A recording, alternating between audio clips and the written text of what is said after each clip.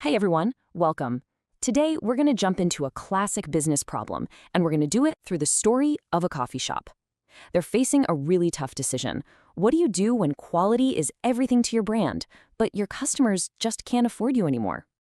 All right, I want you to put yourself in this situation for a second.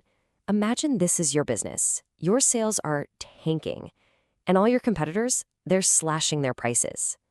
So what's your next move? I mean, talk about a high-stakes question.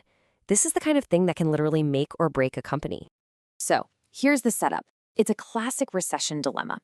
We're looking at this amazing high-end coffee shop, the kind of place known for its top-notch quality. But all of a sudden, they're facing a huge drop in customers. Why? Well, because people just have less money to spend. And this is where the pressure really starts to build.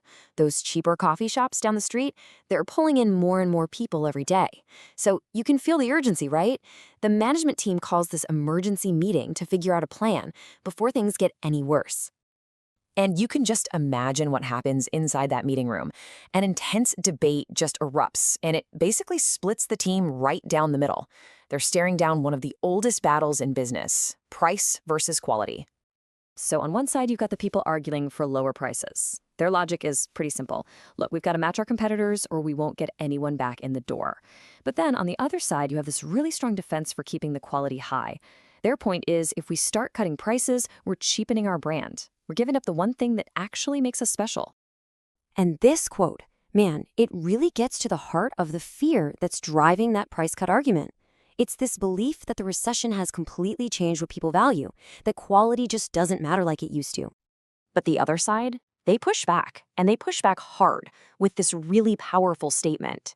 It's a reminder of who they are, of their identity. For them, this is all about protecting their long-term vision, not just scrambling for short-term sales. Okay, so the battle lines are drawn. How do you even begin to solve this?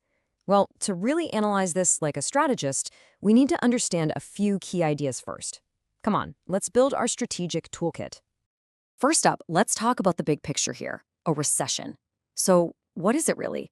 It's just a period of economic difficulty. There's less business happening and, most importantly for our coffee shop, people have less money to spend. Like someone in the meeting said, money is tight for everyone these days. Okay, next up, who are they even selling to? They're selling to what we call a discerning customer. This is someone who can actually judge quality, you know? They get the difference between a superior product and just an average one, and they've always been willing to pay more for it. So every great company has a superpower, right? Well, that's what we call its core competency. It's that one thing it does better than pretty much anyone else. For our coffee shop, it's all about their unique, artisan-roasted beans and their amazing brewing process. And because they're so good at what they do, they've managed to achieve something marketers dream about. It's called top-of-mind awareness. This just means that when someone thinks about getting a great cup of coffee, this shop is the very first brand that pops into their head. You know, let's make this real for a second. When you think of a smartphone, what's the first brand that comes to your mind? Whatever it is, that brand has achieved top-of-mind awareness with you. And trust me, that is a very powerful place to be. Okay, so now that we've got our strategic toolkit, let's get back to the main issue here, which is all about knowing your customer. The team absolutely has to reevaluate what their customers truly want, especially right now, in this economy. And this is where the rubber meets the road, the harsh reality of this recession. Even their most loyal, most discerning customers, the ones who truly love the brand, are being forced to take a hard look at how they spend their money. A premium coffee is a luxury, and luxuries are often the first things to get cut. But this is where things get really, really interesting. Instead of just getting stuck in that endless price versus quality debate, a totally new, innovative idea starts to emerge, a strategic pivot, a third way forward. So, here's the new strategy they come up with. Instead of messing with their product or their price, they change how they deliver it. Okay, step one, they double down on their core competency, those amazing coffee beans. Step two, they create a whole new product by packaging and selling those beans directly to people. And that leads to step three, they expand the business.